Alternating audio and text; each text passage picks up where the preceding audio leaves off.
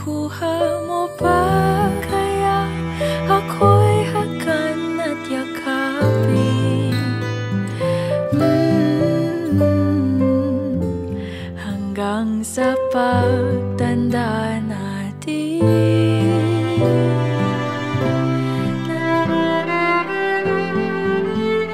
Paula, para sunod-sunod. Yaw na. Michelle. Welcome!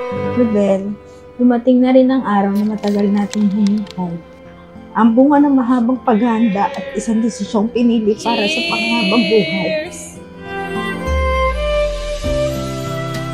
Trixie, nandito na tayo sa part ng buhay natin na haharap na tayo sa Diyos.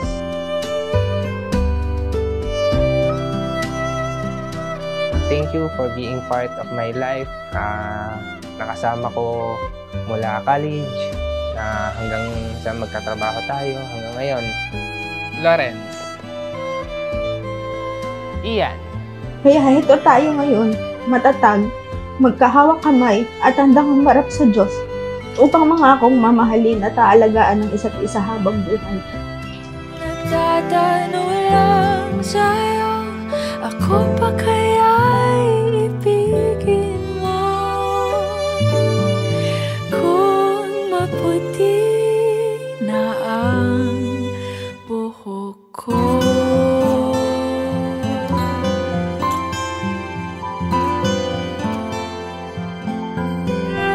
Rodel, Trixie, this is the moment. A moment of grace, a moment of love.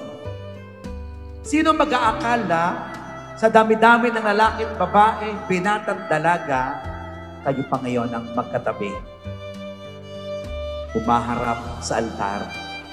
Tunay nga ang kasabihan, God is good all the time.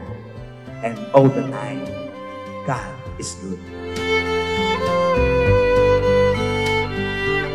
Ngayon, sa harap ng Diyos, kasama ng ating pamilya, mga kaibigan, tayo ay magsumpaan ng walang hanggang pagmamahalan. Sana huwag kang magbabago. Wala na akong masasabi sa iyo eh. Napakabait mo. Alagaan mo magiging pamilya mo. Kagaya yung paano tayo inalagaan ng papa natin. Bagong mundo na papasukan mo, tandaan mo laging nandito kami para sa iyo. Love you. Maging mabuting asawa. Ingat kayo palagi. Okay na. I love you. Love you, Daddy. Thank you. Mami, thank you. Ang nakalipas ay ibabalik natin. Ipapaalala ko sa'yo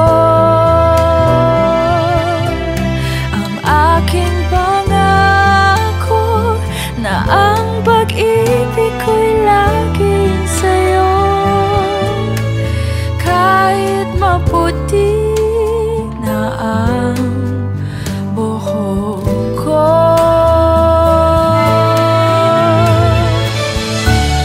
Salamat sa lahat na ginagawa mo paraan para mapasaya ako. At higit sa lahat, salamat sa sobrang pagmamahal at respeto mo, hindi lang sa akin kundi pati sa pamilya ko. Mahal na mahal kita at ang pamilya mo.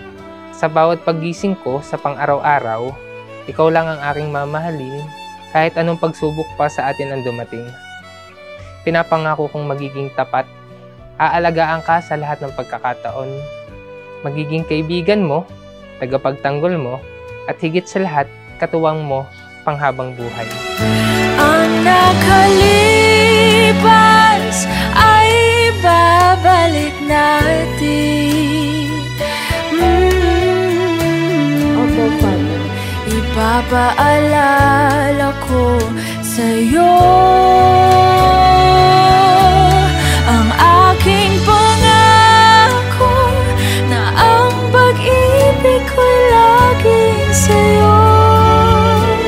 At ngayon, narito na tayo sa tinatawag na tunay na buhay, kung saan haharapin natin ang maraming pagbabago.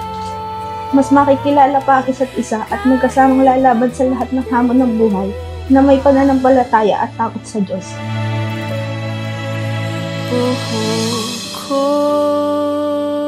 Ikaw na ang magiging tahanan ko, pag-ibig ko, at buhay ko magpakailanman. Mahal na mahal kita, Trixie.